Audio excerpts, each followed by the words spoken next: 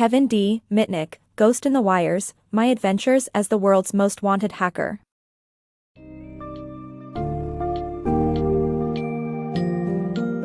Embark on the exhilarating journey of the world's most notorious hacker, Kevin Mitnick, in Ghost in the Wires, My Adventures as the World's Most Wanted Hacker. Discover how Mitnick's insatiable curiosity and early passion for magic tricks ultimately led him down an unconventional path of social engineering, manipulation, and hacking. Experience his rise and fall, as well as the lessons learned from his run-ins with the law. Dive into the world of hacktivism, explore how technology has evolved, and understand the importance of cybersecurity in today's digitally connected world.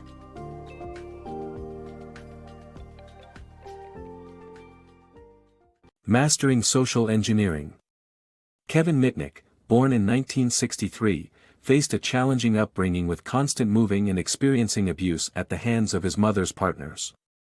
Already adept at magic and deception, Mitnick's curiosity led him to explore social engineering during his teenage years. By employing the art of manipulation and trust building, he was able to obtain sensitive information about people just through phone calls. This early prowess set the stage for his future dabbling in social engineering. Kevin Mitnick's childhood was marked by an unstable upbringing spent in Southern California.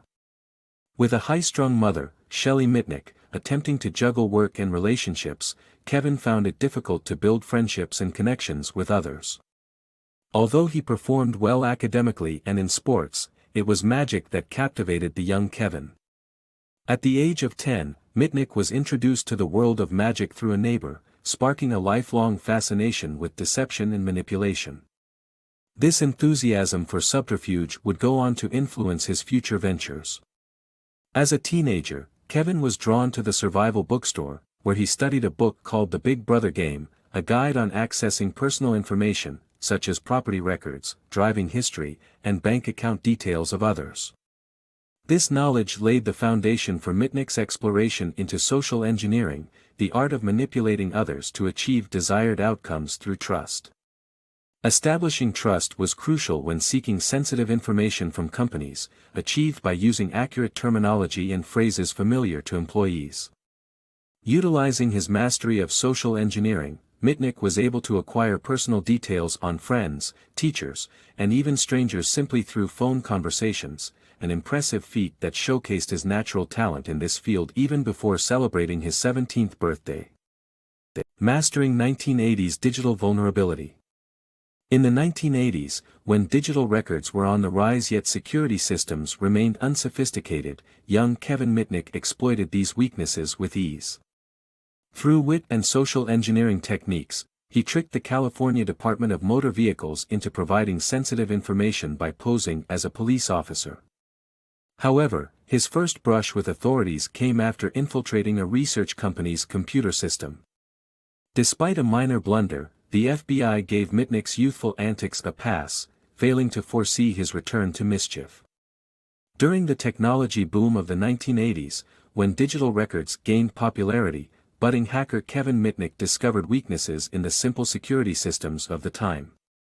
Mitnick's curiosity drove him to test the limits of security vulnerabilities not only with technology but also through social manipulation. Mitnick demonstrated his skills by conning the California Department of Motor Vehicles, DMV. He posed as a police officer over the phone and tricked DMV personnel into disclosing confidential information.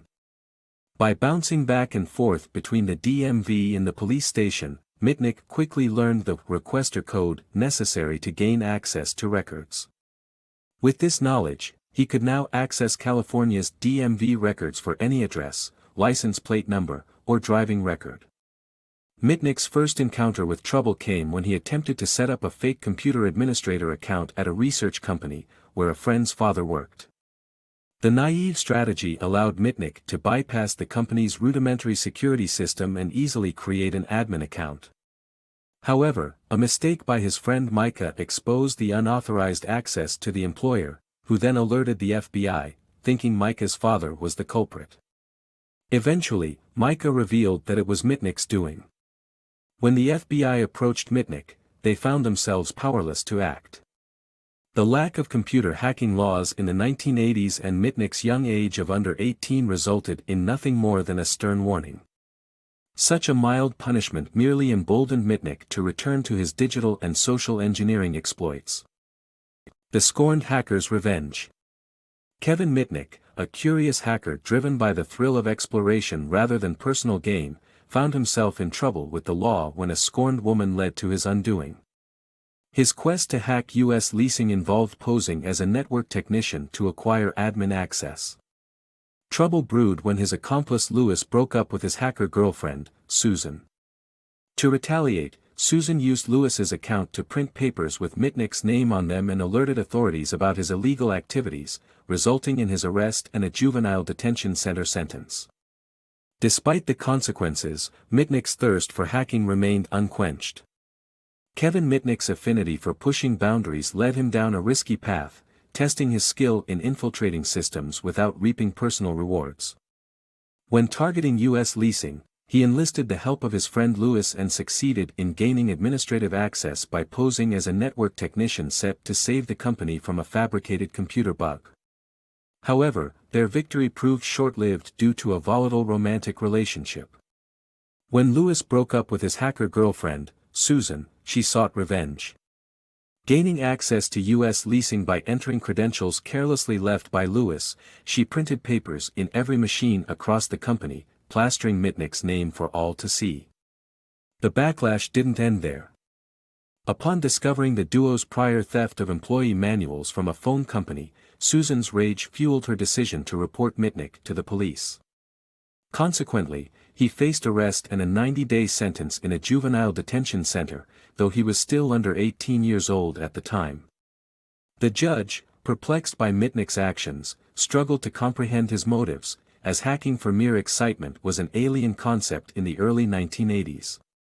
Despite being released with the knowledge that any future offenses would be punishable as an adult, Mitnick's boundless hacking desires remained unscathed. Hacker's Dilemma. Known as a talented hacker, Kevin Mitnick found legitimate work at GTE, hacking their system for better security. However, due to his criminal past, he only lasted 9 days before returning to his hacking habits. Caught during a major hack, Mitnick cooperated and faced 3 years of probation. Despite his reputation as a notorious hacker, Kevin Mitnick managed to secure a job at GTE, a telephone company he had previously hacked. Fresh out of a 6-month computing course at a trade school, he benefited from the school's job placement program to find employment in IT. His role at GTE involved hacking their system to identify weaknesses and improve security. However, Kevin couldn't forget his criminal past, and the time he spent hacking systems were reported everywhere, even in the LA Times. This fame negatively affected his prospects of working legitimately in the IT sector because no company would be eager to give a known hacker access to its system. The opportunity at GTE seemed too good to be true, as it turned out to be. Before starting, Mitnick needed to complete a security form, which would inevitably lead to a background check and reveal his true identity. After just 9 days on the job, GTE let him go, realizing his past transgressions. Out of work, Mitnick fell back to his old habits, secretly hacking at night while pretending to attend night classes at UCLA. Trouble caught up to him when he hacked into the software company Santa Cruz Operations, SCO, and they found out. SCO filed a massive lawsuit against Mitnick, but their actual intention was to pressure him into revealing his hacking methods. Mitnick cooperated, and in the end, SCO dropped the charges. Though he managed to dodge yet another serious consequence, he still faced 3 years of probation. Despite his exceptional skills in the world of hacking, Mitnick struggled to balance his identity and career in the legitimate tech world. The mystery of Eric Heinz. Kevin Mitnick, a notorious hacker, found himself in jail in 1989 after being betrayed by a friend. Upon his release, he was dealt a blow by discovering his girlfriend's infidelity with his best friend, Louis. The urge to return to hacking grew stronger when he heard about a mysterious new hacker, Eric Heinz. Intrigued, Mitnick met with Heinz to learn about his skills and discovered that this new hacker had access to codes capable of infiltrating any phone system on the West Coast. Despite Heinz's apparent skills and resources, Mitnick grew suspicious of him due to his constant evasion of future meetings and his seemingly inexhaustible wealth. Mitnick decided to investigate by tapping into Heinz's phone calls, ultimately unmasking him as an undercover FBI agent plotting to capture Mitnick once again. Mitnick's elusive dance with FBI. Kevin Mitnick, a notorious hacker, had the advantage of listening to FBI phone conversations without their knowledge during the early 1990s. Being 28 and on probation, he stayed one step ahead of them, learning their strategies and making plans to counteract them. He quickly removed incriminating evidence from his apartment and taunted the FBI by leaving a note that read, "FBI Donuts." When agents searched his home, they found nothing. After his probation ended, Mitnick left for Las Vegas under a new identity, using the skills he was famous for to obtain false identification under the name Eric Weiss, Harry Houdini's birth name. In the early years of the internet, as our notorious hacker, Kevin Mitnick found himself in an unsuspected advantage against the FBI when he managed to eavesdrop on their phone conversations. This inside knowledge allowed the 28-year-old Mitnick to play a cat-and-mouse game with the FBI, attempting to always remain one step ahead.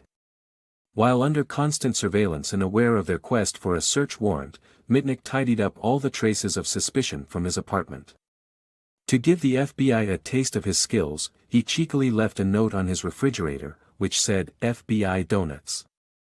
And just as expected, a furious search party turned up at his apartment, only to find nothing. Although they seemed to be on the losing side so far, the FBI remained persistent in their investigation against Mitnick. Shortly after his apartment search, his 3-year probation period ended, making Mitnick legally able to travel. The timing could not have been more perfect, as the FBI visited his mother's house with an arrest warrant only 3 days after his probation ended.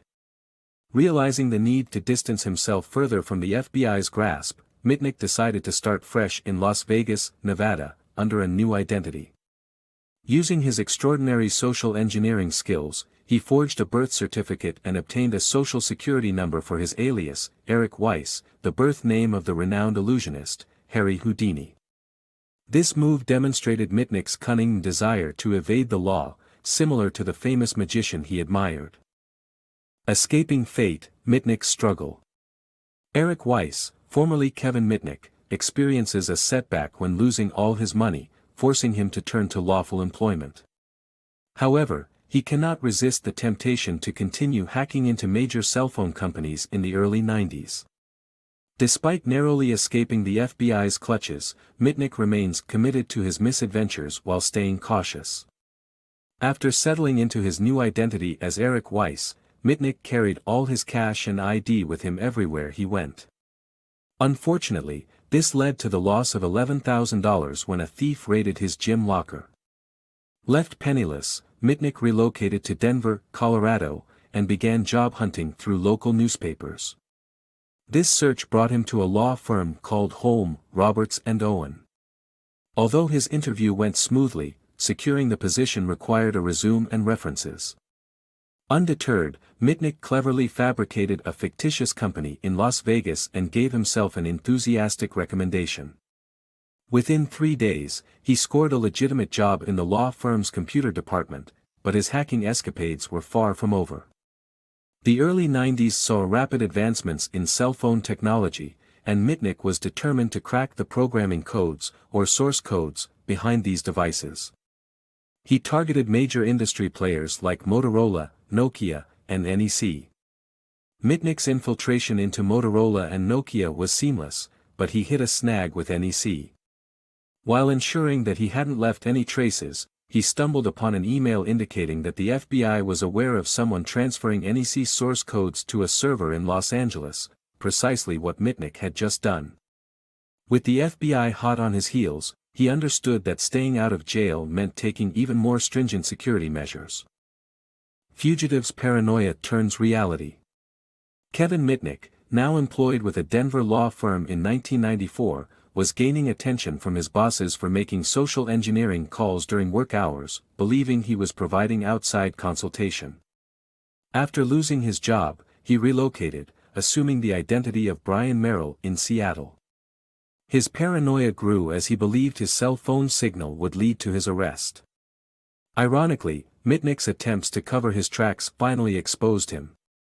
After a call with a former hacker colleague, who turned out to be an FBI informant, his identity as a fugitive came to light.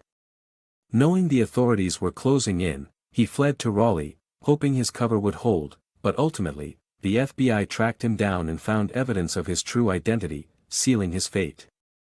In 1994, Kevin Mitnick's life was about to change drastically. Employed at a Denver law firm, his unusual lunchtime habits of making social engineering calls drew suspicion from his superiors, who believed he was moonlighting as a consultant. At 30, Mitnick found himself jobless again and decided to restart his life in Seattle under the alias Brian Merrill. Seattle's thriving tech industry provided no shortage of job opportunities for Mitnick. However, life as a fugitive began to weigh on him, and paranoia plagued his thoughts, fearing that cell phone signals could lead the authorities to his doorstep. Chillingly, it was his efforts to remain undetectable that ultimately sealed his fate. Mitnick made use of cloning to hide his phone calls, but this piqued the interest of both local law enforcement and the FBI. Unbeknownst to him, a former hacker friend had become an FBI informant. After engaging in a conversation with this contact, Mitnick's alias weakened. The FBI now knew that Brian Merrill was indeed Kevin Mitnick, the wanted man. Realizing that capture was imminent, Mitnick fled to Raleigh, North Carolina. Despite his best efforts, he couldn't shake the persistent grip of the FBI. They utilized his cloned cell phone as a tracking mechanism and, armed with a search warrant, showed up at his Raleigh residence. His cover, which he hoped would withstand scrutiny, crumbled when a forgotten pay slip with the name Kevin Mitnick printed on it surfaced, ultimately bringing an end to this chapter of his life. The hacker's astonishing ordeal. February 15, 1995, marked the day of Kevin Mitnick's arrest, a notorious hacker with 3 years on the run. Despite having no history of violent crime, Mitnick faced severe charges and an enigmatic 460-year prison sentence for offenses like cloning cell phones and possessing thousands of credit card numbers. The prosecutors and affected corporations wanted to make an example out of him. However, public opinion, campaigns, and protests rallied to free Kevin and eventually led to a considerably lenient plea deal, culminating in his release after 5 years of incarceration. Mitnick's capture sent shockwaves through the hacker community. With every cloned cell phone call carrying a maximum sentence of 20 years and 23 recorded incidents, the infamous hacker faced a cumulative 460 years behind bars. Possessing 20,000 credit card numbers and trade secrets worth billions only worsened his case. What remained striking, however, was that despite his transgressions, Mitnick never pursued personal monetary gain from his misdeeds. This fact mattered little to the corporations he had infiltrated, who demanded a staggering $300 million in damages. As the case unfolded, it became evident that Mitnick was being treated like a supervillain. His right to a bail hearing and evidence review got denied, decisions that dumbfounded even his defense attorney. Further confounding observers was the prohibition on Mitnick getting near a computer. Discontent grew among those aghast by Mitnick's treatment, and the hastened "Free Kevin" campaign quickly gained traction. Public protests and sympathetic media coverage seemed to sway the judiciary, culminating in a far more lenient plea deal. Mitnick accepted the new terms: reduced damages of $4,125, a 3-year ban on using electronic devices, and stringent supervision throughout that period. Portrayed as a cautionary tale to deter aspiring hackers, Kevin Mitnick's story left an indelible mark on the hacking community.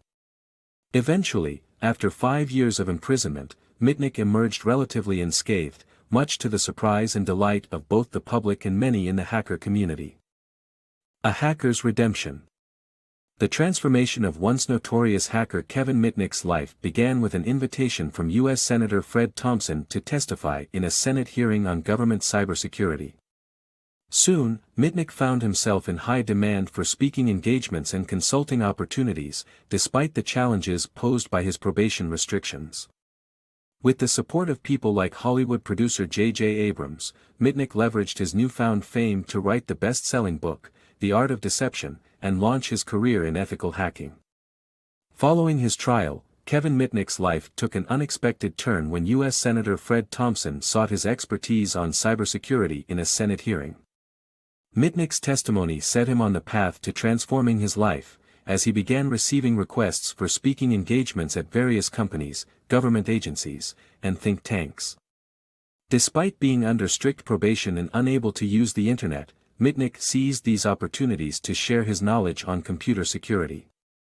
He even ventured into Hollywood with a cameo role in the TV show Alias, thanks to active supporter and director J.J. Abrams. Amidst this newfound fame, Mitnick recognized the potential for a career as a technology consultant and writer. With permission from his parole officer, he used a non-internet connected laptop to write his first book, The Art of Deception. The book became an instant bestseller in 2002, even surpassing the sales of a book by Pope John Paul II in Poland. Over time, Mitnick discovered that consultancy work in cybersecurity allowed him to utilize his skills in a positive manner. Companies worldwide now hire him for ethical hacking services, trusting him to assess their security vulnerabilities and advise them on the necessary improvements. Through determination and the support from influential figures, Kevin Mitnick transformed his life from a notorious hacker to a highly sought-after cybersecurity expert, achieving a dream he never thought possible.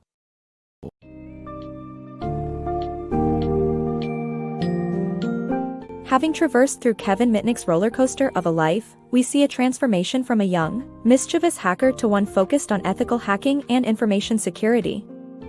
Facing significant legal challenges and years in prison, Mitnick ultimately utilizes his hacking skills to start a new life as a technology consultant and author. This journey was anything but ordinary, but his resilience has left a lasting impact on the world of cybersecurity, and his story serves as a powerful reminder of the significance and ever-increasing importance of security measures in our technology-driven society.